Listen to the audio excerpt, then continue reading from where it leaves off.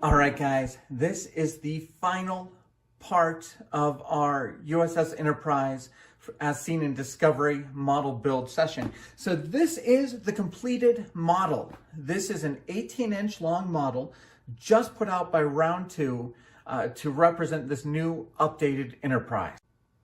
This model has been an absolute blast to build.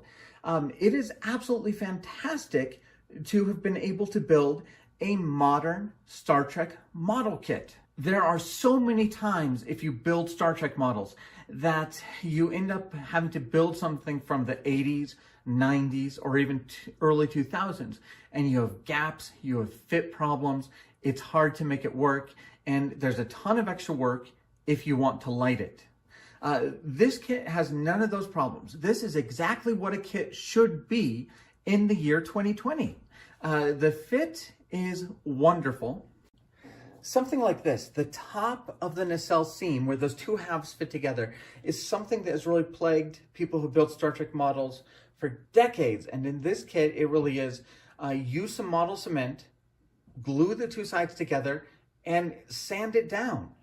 You do still have to sand it like you would on any model seam, but sand it down a little bit, and within about 5 minutes, you will have a nice looking seam. Something like this that has these tiny windows that need clear parts to fit into them have been an absolute terror in a lot of Star Trek model kits.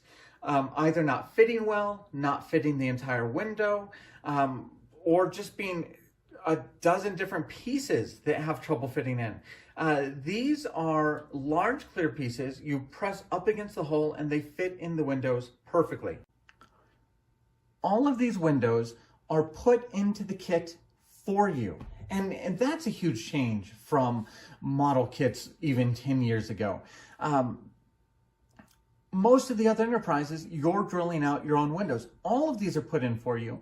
And you can really zoom in here and see these window clear parts fit the windows exactly. There's no gap between the clear piece and the opaque piece. All of these window pieces fit up against the hull nicely, and there's no tiny little bits you have to figure out. There's about 5 large panels of clear windows that you just press in from the outside, and it just works. It's a wonderful fit, especially for the windows. Now, speaking of windows, any modern Star Trek model kit should have a way for you to light it. Before you get to talking about the official lighting kit, there's tons of things the model kit makers have made in this kit to make it very, very easy, nice, and fun to light. So obviously you have the clear windows. The other thing you have is you have an incredible channel here in the pylon that fits 3 fairly decent sized strands of red and black wire. So you easily can run 6 different single strands through these pylons. It's absolutely fantastic. So no drilling out windows, no needing to carve trenches in the pylons. You even have housings in this nacelle that can hold motors provided for you in the lighting kit. But if you are a do-it-yourselfer, you could probably try and find some that would fit yourself. For these back exhausts, clear parts for the grills, clear parts for the impulse engines, even a clear shuttle bay piece to provide some fantail lighting if you can mask it off properly. And even beyond just making a good kit with good clear windows, they have gone ahead and they've put little standoffs within the saucer to point your LEDs at every single window. That's something you could take advantage of, whether you get the official lighting kit or you're building your own. You have standoffs in the main hull that can hold your LEDs for you. And you've got standoffs within the kit on these grills to hold LEDs in place. So man, this is a model kit that Star Trek modelers have really been asking for in a long time. They've always been asking for about an 18-inch USS Enterprise. It's a great size for a model. It fits on a bookshelf. It's large enough to augment and change, and it's large enough to have fun with the paint job. This is also a wonderful update to the original 1960s USS Enterprise. This is a lot more faithful to what we saw on screen for TOS than what we saw in the 2009 movies and Star Trek Into Darkness and Star Trek Beyond. This is a US Enterprise that really follows the same lines and a lot of the same design points as the 1960s Enterprise. This is a TOS Enterprise that you could see being easily refit into the motion picture Enterprise. This is an Enterprise that fits with the overall aesthetic from the NX-01. This is an Enterprise that you can see being an update of the original and not a replacement like the 2009 Enterprise was. So it's a wonderful size for a model, it's a wonderfully constructed model, it's a wonderful design for a ship, and it's made to be lit and upgraded. So all in all, it's an absolutely wonderful model that Star Trek modelers have really been asking for quite a while. And it's not just a guaranteed slam dunk just to make a modern Star Trek kit. We've seen model kits in the past few years for Star Trek subjects that have been really oddly inaccurate, like the Rebel 1500th TOS Enterprise, which just has a lot of weird grid marks in different places. And we saw it last year with the USS Kelvin, that had seemingly 3 or 4 different styles of greeblies going across the top of the saucer that weren't there in the movie. So it's not always a sure thing that a modern Star Trek kit will be a good kit, but this one definitely is. Now, I know there's some purists out there who feel that the TOS Enterprise should never be changed and never be updated, and I'm okay with that. I think that if you don't care for the subject, you probably won't buy the model kit. But if you're okay with the TOS Enterprise being updated, I think this version, as we see in Star Trek Discovery, is the best update we've seen to the USS Enterprise from the original series. Now, the second part of this review is about the light kit. So the light kit starts underneath the stand where you have a battery box. So since this is just wires coming out from the circuit board to the stand, you can replace that with a wall-mounted power adapter. Now, we can talk down in the comments about how you go about finding one of those to buy. You need to make sure that you don't just rush off to Amazon and buy a 4.5 volt power adapter. We can talk in the comments about how to find one that will actually work. But let's look at the kit as it comes. Now, to really review this, we need to decide what is kind of the idea behind this lighting kit. So when you make a lighting kit and you sell it for a specific model and you're just going to put it out on the shelves in a hobby shop, it needs to work, it needs to light the kit, it needs to be easy, it needs to be something that somebody can just go in and buy, glue into the model, and have work. And that's why this lighting kit is a huge success. You don't need special knowledge to be able to wire this ship up. You need to glue LEDs into place where they tell you to. You need to be able to follow directions and push together push connectors. And at the very end, you need to twist some wires together and wrap them up with electrical tape. It is a simple job that anybody can do. So if you've never lit a model, this would be a great one to start with the official lighting kit. So what do we get that's actually lit up on the ship? The first thing you can see is we do get all the windows in the hull, the windows in the neck. You can see that we get windows along the saucer. You can see that we get our planetary sensor dome, and you can see that we get these nice blue grills along the nacelle. Here's a quick shot of the other side of the engineering hull. Along the top of the saucer, you do get these bridge windows. You get this ray of light that shines out towards the registry. On the nacelle, you get some light shining here for blue lights. You get a little bit of light right beside the registry. And of course, you get the motor to spin the fan in the front of the warp nacelle. Towards the back, we end up with some lights along the fantail. Another shot of the blue grille for the warp nacelle. And a nice shot of the back to see the impulse engines. You can see this rear clear piece for the warp nacelles. And you can see some more of the fantail lights done by masking off that clear part. Now you can go back to my video on the lighting kit to see everything that comes in the kits. It replaces some of the clear parts with tinted parts that they've already colored for you. And I haven't painted any of the clear parts on this model. These are all the tinted plastic from round 2 in the lighting kit. So the red Bussard collectors, the blue grills on the nacelle, the impulse engine inserts, all of those you won't need to paint if you get the lighting kit.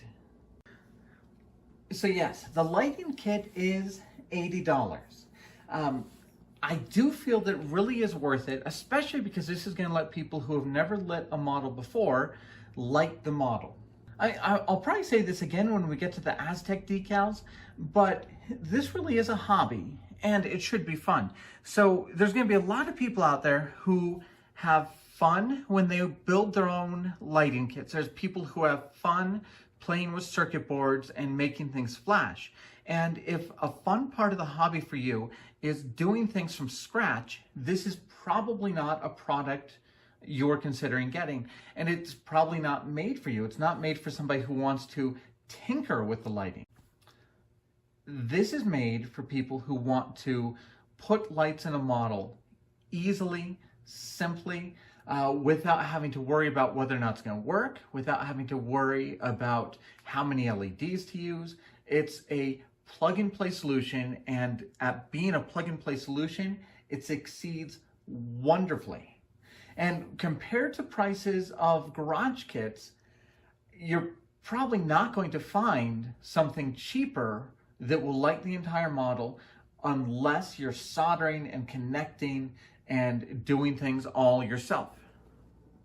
Now, the third part of this review is about the Aztec decals. All of these wonderful patterns on the hull, down to all these gray stripes, are done with decals on this build of the model. Now, just like I said before, this is a hobby, and there's parts of it that are going to be fun for you. There's parts that aren't going to be fun. And if part of the fun for you is using the vinyl masks and airbrushing your panels and really getting kind of intricate with an airbrush, once again, the Aztec decals are probably not a product for you. What these are a product for somebody who isn't comfortable with an airbrush, who doesn't want to use vinyl masks, or somebody who's been burned by vinyl masks before with them pulling up paint or leaving sticky residue. Once again, this is an out-of-the-box solution to give the Aztec decals. And just like with most of the other things in this kit, there's some really, really cool things done with the Aztec decals. Now, last year when I did the little model kits and I did the Aztec decals for the Discovery, I loved them. They laid flat. It was really nice. When I got to the Discovery and did the Aztec decals on the little kits, they were much harder. It was a lot harder to get the decals to lay flat along these curved surfaces. I ended up with a lot more wrinkles here just because it kind of has to curve in a couple different directions to fit on this. So I was really kind of nervous when it was time to start working on the Aztec decals for this ship. But it really was nice. They made a lot of really clever decisions on how to get these decals to lay flat. And I think that you'll agree, these decals really do lay flat across the hull. And you've got one that goes across here. Then I believe you have another here and one across the front.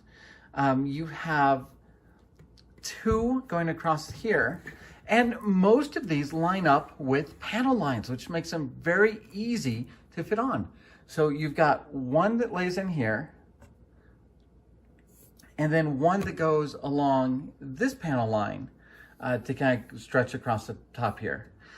So they fit well, they don't wrinkle, they're very, very easy to line up.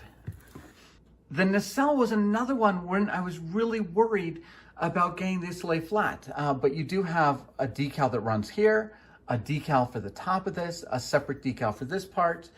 You have a decal that runs across the top, and then a separate decal.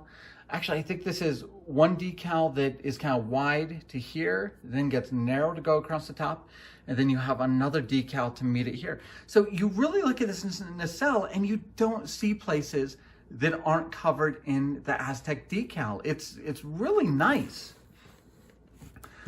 Along this side, you get a decal that comes here, then gets wider to go up, and then narrow again. Then you have kind of the same thing here, a small one here, and a double wide one here that gets narrow to go over the top of that fin. Here you get a separate one here, a separate piece on top, a piece on the bottom. So they really divide this up so that they fit along these curved surfaces very, very nicely. And I was really thrilled to get very, very few wrinkles as I kind of worked on this ship.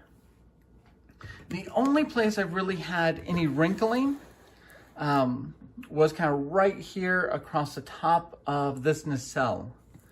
And they do advise you to cut this a little bit so it can kind of flare out as the nacelle flares out there.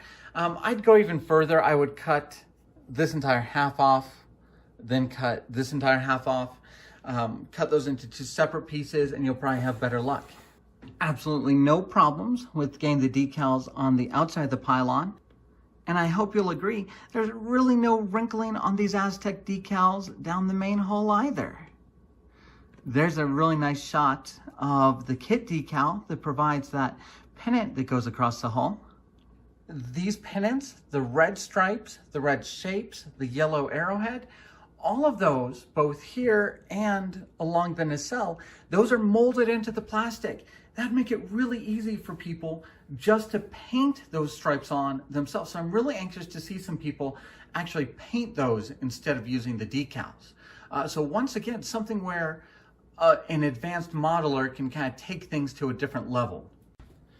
And here's the top of our saucer. Once again, the Aztec decals go right up against each other. You can see that they do manage to go into this little inset part very, very easily. They provide a very complicated pattern with very little work. Once again, this was a very fun thing to do. And you can see they really do find ways to get those decals to fit around some of those complicated curved surfaces.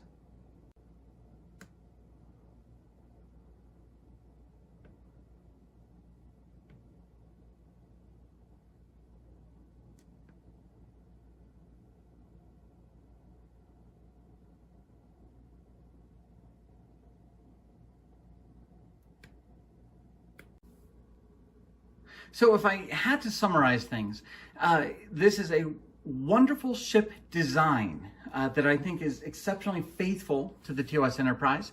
I think it's a fantastic modern model kit that fits the way a model kit should, that gives you tons of upgrade possibilities for somebody who wants to take this model further than out of the box. Now, my reviews are almost always mostly out of the box because I want to show you what the model kit is like by itself. I hope a ton of you watch these videos and see a dozen things that you want to do differently, things that you want to build up better. I hope these videos help you guys plan out your builds. I hope some of you are looking at this and think about ways you can do the paint better or do the lights better. That's kind of the point of these review videos. But the other point I really want to share is that this is a great looking model out of the box. If you build it up according to the instructions, use the light kit and use the Aztec decals, you can have what I have in front of me, which is a wonderfully detailed model, a lit model that can really be something that can kind of be shown off in your model collection. So it really is great to see a modern model kit that really hits on all fronts. Good fit, good accuracy, good upgradability, and still looks this good just straight up out of the box. So that's the review I have for the USS Enterprise from Discovery, hopefully to be seen soon in the new series, Strange New Worlds. I'll do another video where I answer any questions that you guys have or shows any views that you guys haven't seen before. So anything else you want to see, put down in the comments and I'll make another questions and answer video.